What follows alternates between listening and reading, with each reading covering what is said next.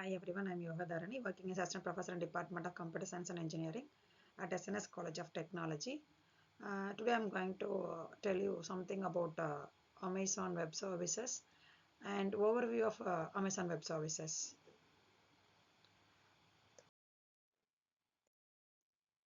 Whenever you use Netflix, Amazon Shopping, Hotstar, Swiggy, Zomato, or even ChatGPT, there is a high chance that cloud computing is working behind the scenes.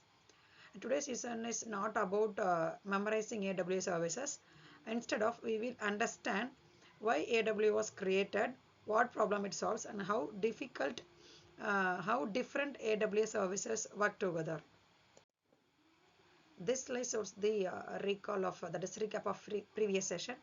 In previous session, we saw about what is regions, what are the data centers, what are the availability zones, and what is meant by high availability, and what is edge locations, and what is the temporary storage called that is edge cache.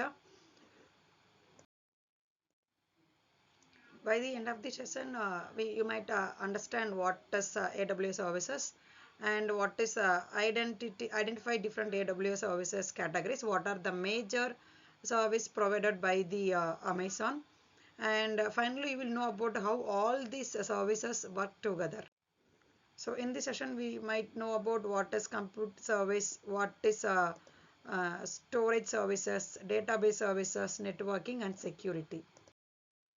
So let's understand a business problem here. Suppose a e-commerce company serves over 1 million customers every day. Their system includes websites, mobile app, payment gateway, order management, and customer portal. So during festival sales like Amazon Great Indian Festival or Flipkart Big Billion Days, what happens? Yes, websites become slow, payment fails, then customers may leave, then business loses money. These are the infrastructure problems.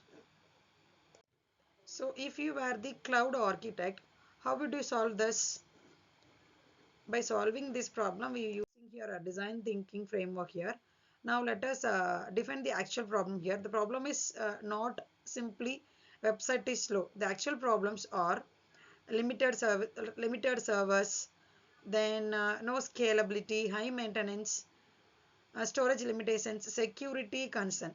So once we define the real problem, choosing the correct AWS service becomes easier. Like compute service, storage service, database service, networking service, or security services. Totally, Amazon provides us 23 services with 200 features. Among these, there are the 7 major services which we are using nowadays. So here come the ideate part. Mm, now which AWS service should solve each problem? See here, for application we must use the compute service. For storage service, there is a possibility to store file backup and access and retrieve file database like using we are storage services.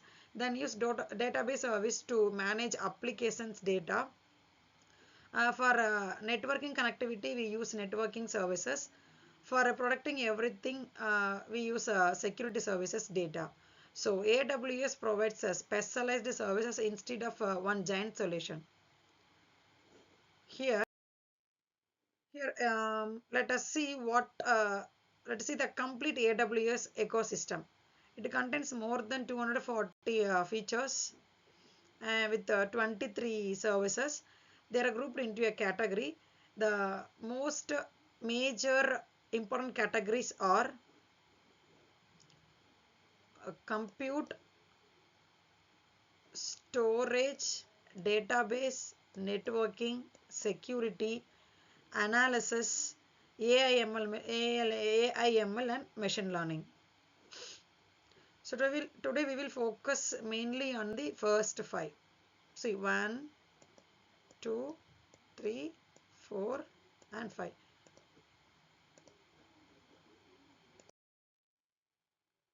So observe this carefully. Every application follows these users. See, compute is mainly used for run application and virtual servers. Example of services like EC2 stands for Elastic Compute Cloud, Lambda, Elastic Beam Stack. Then for the storage, we are here using containers to store an object. Here object is nothing but a files.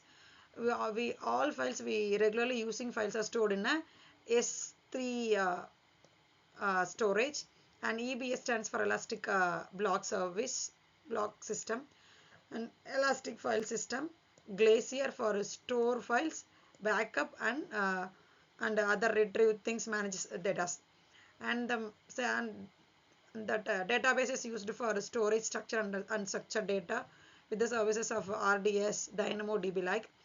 For networking connectivity, which is used as a VPC Route 53, which converts it acts as a DNS, and CloudFront is acts as a content delivery, and ELB, which is used for a load balancer. This is nothing but elastic load balancing. It distributes the load to the nearby server.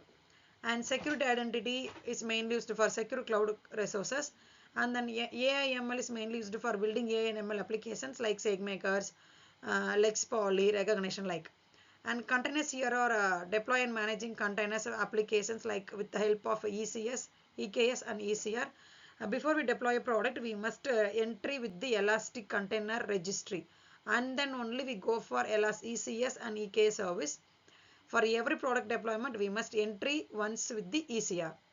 And developer tools, which is used to develop the small number of codes, test and develop applications automatically.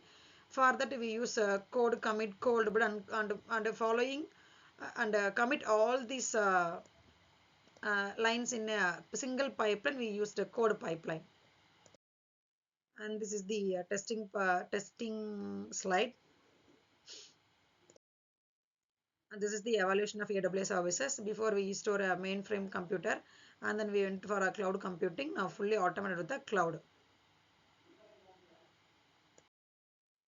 And these are the characteristics of AWS services, like access anywhere, anytime. And some of the benefits of AWS services are it reduce hardware and maintenance, resource grows instantly, always online, no downtime. Here access anywhere with the internet.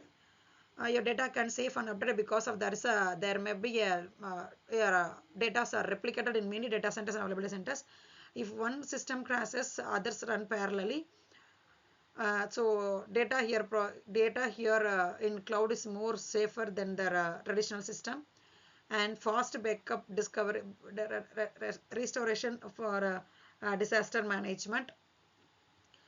And if there is any a storage or a server installation, here just in minute. And applications of AWS services are online banking, commerce, education system, video streaming, that is recommended systems, big data analysis, healthcare, government, AI. So, and this is a small mind map of today's session. And we saw about what is AWS, what are the services in AWS, what are the major services provided by the AWS, what is the benefits, applications, and its characteristics. So thank you all. I think you guys got some point about what are the services provided by the AWS. Hope you understand. Catch you in another video. Thank you.